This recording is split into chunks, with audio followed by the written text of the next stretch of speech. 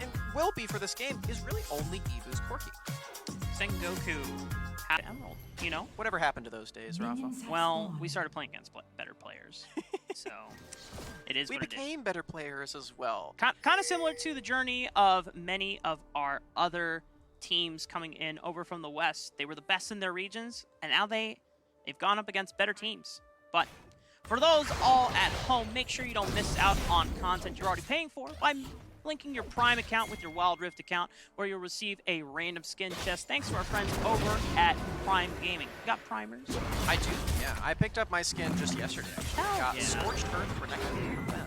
Great skin. I was looking at getting a Renekton start, so I need to get more into the Baron lane pool. Speaking of the Baron lane pool, we do have that Renekton up there in that spot. As Rush pathing around that location, Acolyte pushing pretty far, could lead to some action with Rush, but on this Graves, probably more likely that he will just continue farming up and get some more levels.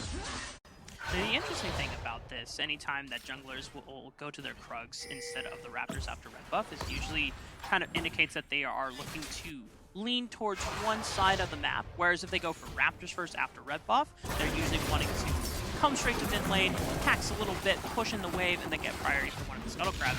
Exactly what Andre's doing. He just takes red into Raptors, hits level 3, arrives in mid, gets this push out. Now Team Queso have their pick of the litter when it comes to the Rift Heralds. Andre's actually sneaking outside of the range of vision. There is a ward that could potentially spot him, but Sengoku definitely thinks that he's topside now. Yeah, Team Queso have to jump on the Rush here. Flash from Andre to make sure that he can get in there. Even the flash from Rush is not going to stop Burst Blood from happening. Team Queso have taken Sengoku out of the jungle. I absolutely adore that vision play that Andres went for. Like I said, he hopped over the wall after, edging toward the topside river. Sengoku were like, okay, he's picking topside. We're free to go down bot. We're free to take our Scuttle Crab and handshake that one away. But memorizing Evu found this collapse alongside Andres. But I don't know if they know that Kai is here waiting to capitalize. They know that Andre doesn't have flash from before, as he already committed it for the pick onto Rush. It's a lot of damage coming out from Sengoku Gaming. It's not going to kill Andres, but they will claim the Scuttle Crab this time around.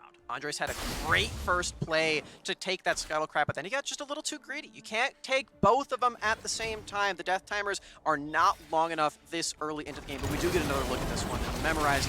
Great crowd control chain leads into that song. Yeah, if it wasn't for Evu's last auto attack, that flash from Rush could have been the saving grace for him to get out of First Blood alive. Sengoku, don't get away so easy. Team Queso, solid start, and that's them about a 500, 700 gold lead into the early game. Nothing to write home about, but it is definitely one to set the pace up. But looking at the next two neutral objectives coming up just a minute from now, no one is close to hitting their first item power spike quite yet, but actually, as I say that, Evu could be getting towards that Essence Reaver quite in time before the objective spawn.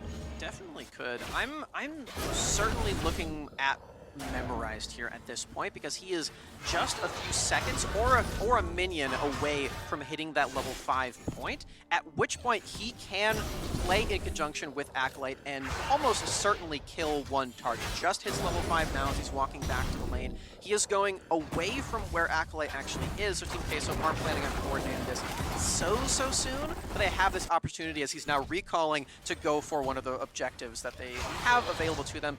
Perhaps this Rift Herald, that's where Acolyte already is. Kai taking a recall as well. Look at how Sengoku are swapping lanes, so you can tell that they're putting more resources into contesting this early Rift Herald Sengoku. I mean, we have already seen such a shift in priority, and of course with Daku Gaming specifically making the early read of playing towards the Rift Herald, trying to invest a lot of resources into snowballing one particular character, one particular carry to receive a lot of resources and just getting them smooth and smooth. Goku initiating this swap means that they take the Rift Herald completely uncontested, and that's something that I typically really appreciate when teams do at the early stage. They go for this Rift Herald, it's a lot easier to kill. They did trade it for an Infernal Drake, and that is a lot of extra damage that's being provided to Team Queso now forever. And Deja-Wu coming over here to assist Kai, making sure that Team Queso, despite not having Rift Herald, they had an opportunity to burn down this turret.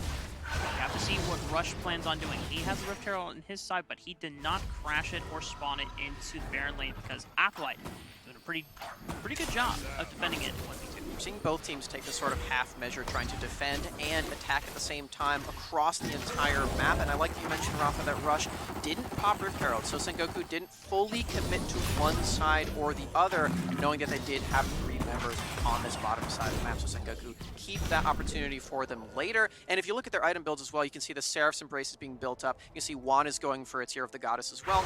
They're okay scaling up and waiting for a couple more item spikes before they get their teamfights on. Memorize wants to look for Kai here. Even if they don't get the kill, pushing him off will do enough of a job for Team Queso. If they rush this down, the kill's gonna crash. It's gonna be super close, but Sengoku are gonna be the ones that come out on top of the first break. Nice bump and gold for Sengoku, specifically centered around this top side pack. Juan picking that up, Rush picking that up. They're ballooned just a bit more into this game. They have a little ways to go before they can match that goal of previous, mostly due to this lane swap that Juan took for himself. That turret structure is going to be nice, especially when the next Rift Herald comes online, and especially when it comes to speed buff that was just taken. Rush is still sitting on item completion, so he has to respawn right now. However, the rest of Team Queso not necessarily in a position where they can capitalize and catch someone out from Sengoku and start a fight. So this tempo time, or this tempo reset from Rush, not going to be punished from the side of Team Queso, just because the defense has been such a great job. And honestly, Smack, it's been so close and such little action. I hope I'm not, you know, cats are cursing it right now, but I'm knocking on the desk just to make sure that both Sengoku and Team Queso are not only playing with respect, but also trying to optimize every single play. Each other out as they sort of have been this entire tournament. You know, both these teams have been scaling up in their team strategies across the entirety of the Horizon Cup, and this is the best time to call them. This is the match point for both of them. If they win this series, they are in. They lose, they are out. Simple as that. This is their direct competition for that 3rd seed in this group. So still play patient, wait for that perfect opportunity, and take low-risk plays. Rift Herald spawned. They got a charge off. They didn't take down the tier 1 turret though against Team Queso. They're gonna hold on to the middle center point of their map, lose that center point, and then it becomes just that much easier for Sengoku to start invading to your jungle, start getting aggressive vision down, and that's when things start getting really tricky for Team Queso, trying to catch side waves and rotating out, because you have, we go back to the top of the show when we looked at what kind of champions that Sengoku have. They have powerful pick champions, Shockwave, Chain of Corruptions, and Alistar combo. You combo that together, someone's dead. They're still taking their time. They're not trying to activate that immediately.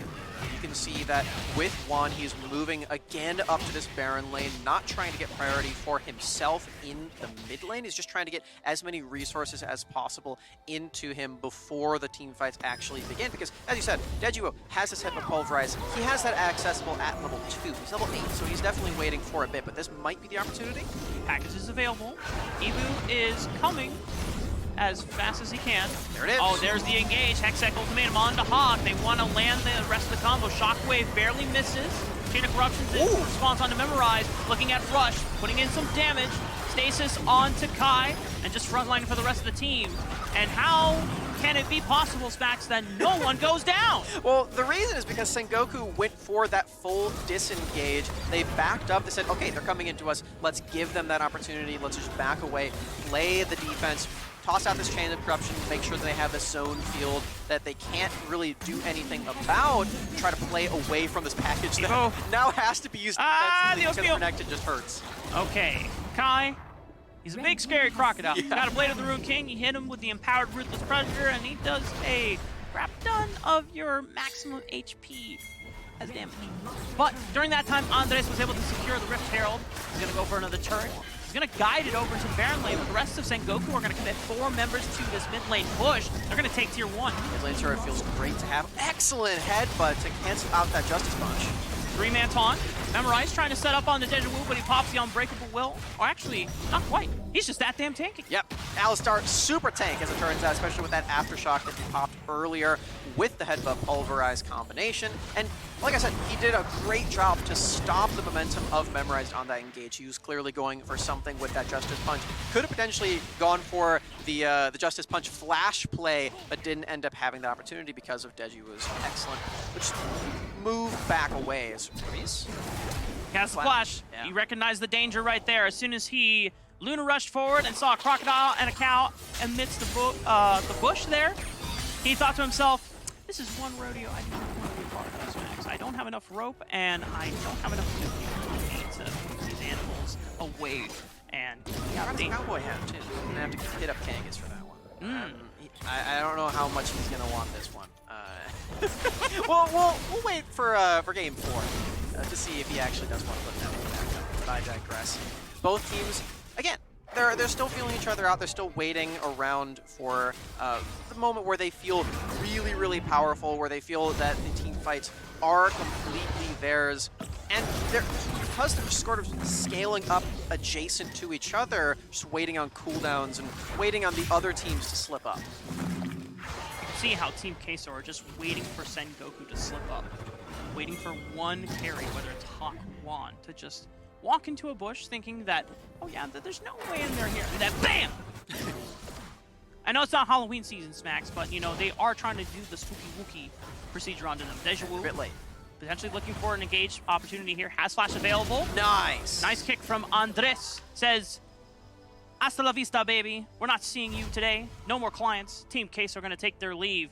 And, man, you can feel the tension in this Game 1, Smacks, because both teams know if you take this Game 1, you have the momentum lead. You're only one game away from closing the distance and guaranteeing a spot into the knockout stage. Both teams know that. They also know that if somebody on their opposition makes an aggressive move, that surely they have the backup, because this game has been so slow. It has been so calculated for both of these squads that if someone's taking that step forward, that just means that you're in a bad position, as Andres potentially will be backing away. He has the Dragon's Rage kick here. But I have to say that I'm favoring slightly Team Queso here because they've been able to get chip damage onto these side tier 2 turrets so far. Yes, they don't have control of the tier 1 since Sengoku Gaming was the one that took down that turret just 4 minutes ago. But if you get an advantageous push, a pick on a THANKYOU, he answers back with the Unbreakable Will.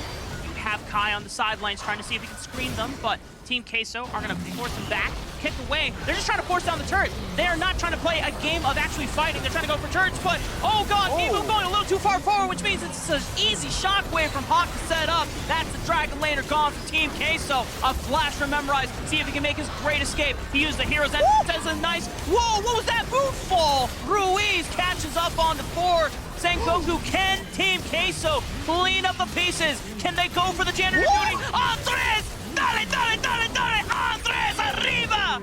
Jesus! You are an absolute man, brother. Triple kill for the Lee Sin on 0 HP. You can see he just now purchased a full Black Cleaver, a full Guardian Angel after that one. What a pop-off from this guy. What a pop-off from you, Rafa, as well. I don't even know what you were saying at that point. That was incredible. Not quite as incredible, though, as the way that Team Queso turned this entire fight around. They got the cooldown out of THANKYOU before, and then they fully committed to it. Yeah, taking a look at this Axe replay, Max, you see that things are going a little awry. Dragon Laner flies in at the speed of sound and then gets eviscerated at the speed of sound as well, but then it still re-engages the confidence from Team Queso to go back in. Very, very impressive stuff. And this is where it all turns back around for them. Ruiz gets a gigantic chunk onto 4 members. And Andres, huge props to him for being able to manage this amazing cleanup afterward. His janitorial duties have been fulfilled. Yeah, Look at him. Look at him. Ruiz popping off as well, giving props to his jungler. And now Sengoku trying to contest Team Queso in the Dragon Pit. This is the 3rd dragon of the game. Ocean would give a little bit of extra regen as well as spellband buffs. Andres onto the sideline. Ebu trying to maintain his distance, no package available. He's going to have to Valkyrie over this wall. He doesn't really want to have the burn flash.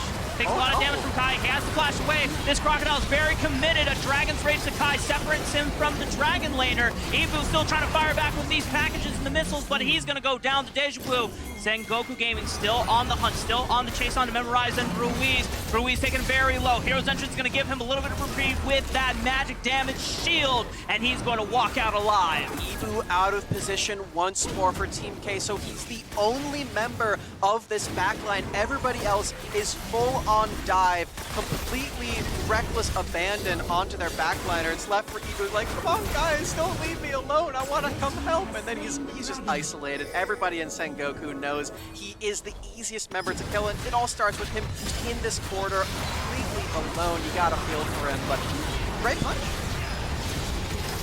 I'm not gonna lie, Smacks.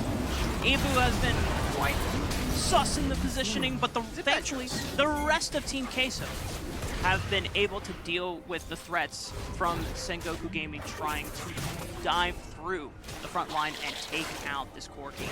The rest of Team Queso still tied up with Sengoku Gaming in terms of gold. Yeah. It is still an even playing field. I feel like this is one of the only games of Rise Cup that we're gonna have that goes all the way to that Elder Dragon. It's barreling toward that minute mark, and the Drakes haven't actually been taken on time either, because we're about to hit 16 minutes, and it's not even close to spawning. Sengoku with 2 dragons, Team Queso with the Infernal, which I definitely prize as the biggest one to have you get a lot of damage, but on a team like this, you have most... Oh! Andres has been caught! Nice He hit. pops the Dragon's Rage. He had to use Flash as well, but he doesn't lose out on the GA, which is absolutely crucial, making sure that Team Queso can maintain having a jungler on the field.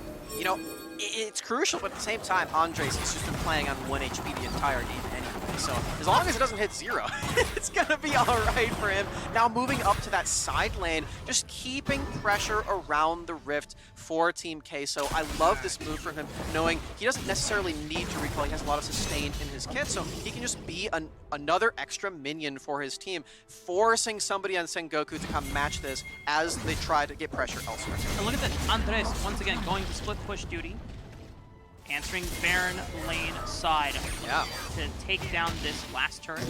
Hawk is going to answer him.